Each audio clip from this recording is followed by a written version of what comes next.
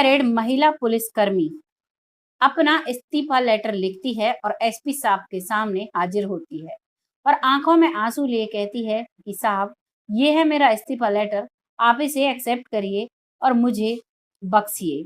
इतनी बात एसपी साहब सुनते हैं तो उन्हें बहुत अजीब लगता है और एसपी साहब कहते हैं कि बेटा, इस नौकरी को पाने के लिए बच्चे बहुत मेहनत करते हैं और तुमने भी की होगी, तुमने पढ़ाई भी की, बहुत मेहनत भी की, लेकिन फिर भी तुम इसे इस्तीफा क्यों देना चाहती हो?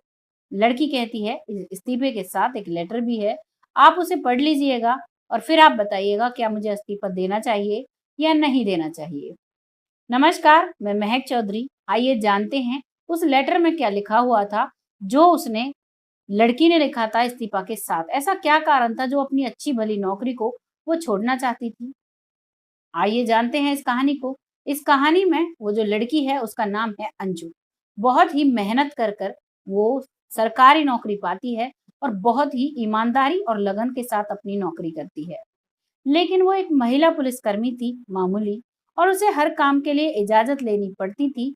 चौकी इंचार्ज थे, थाना इंचार्ज जो होते हैं दरोगा जी, उनसे लेनी पड़ती थी। लड़की अनमैरिड थी, बेहद ही सुंदर थी और जो थाना इंचार्ज थे उनकी नीयत उस लड़की पर फिसल जाती है।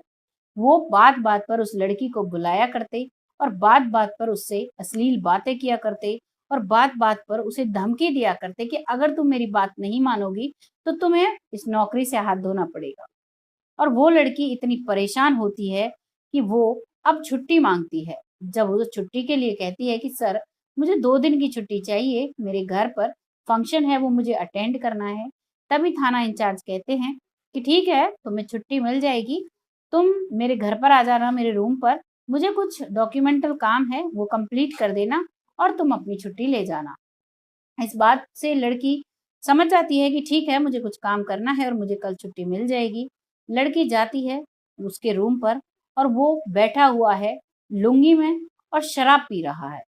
एक बनियान उसने पहन रखी है और शराब पी रहा है। लड़की देखकर कुछ ना कुछ तो समझती है, वो तुरंत अपना कैमरा ऑन करती है और कैमरा ऑन कर कर ऐसी जगह रख लेती है जो उसे दिखाई नहीं देता है और जाकर कहती है कि सर बताइए, मुझे क्या काम करना है?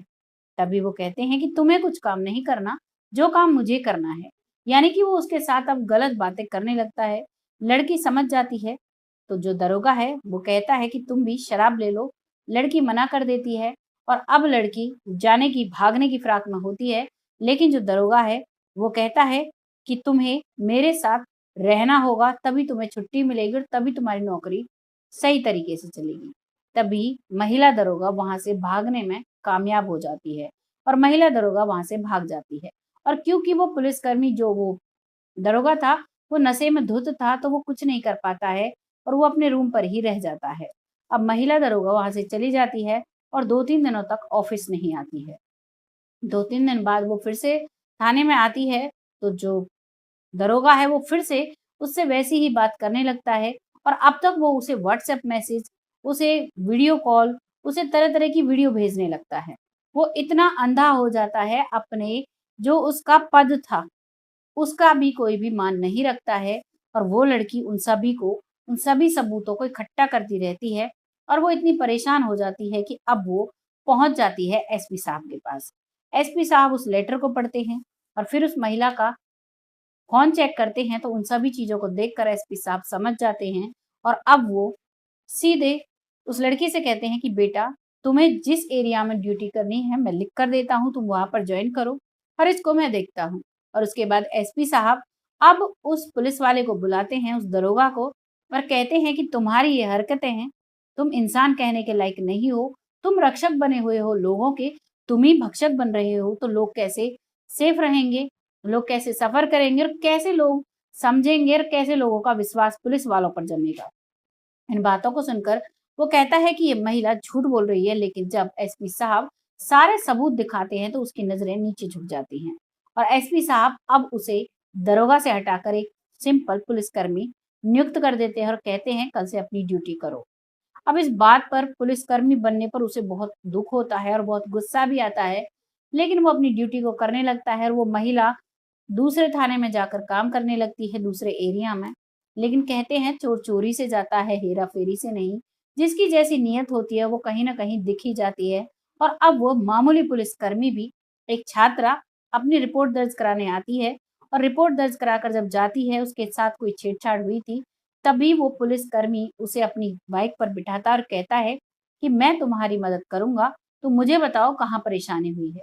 आम लोग जो होते हैं, वो पुलिस की वर्दी को ही देखकर समझते हैं कि यही सब कुछ कर देंगे। वैसा ही वो लड़की समझती है, लेकिन वो अपनी आदत से मजबूर था और वो उसके साथ भी गलत-गलत बातें करने लगता है।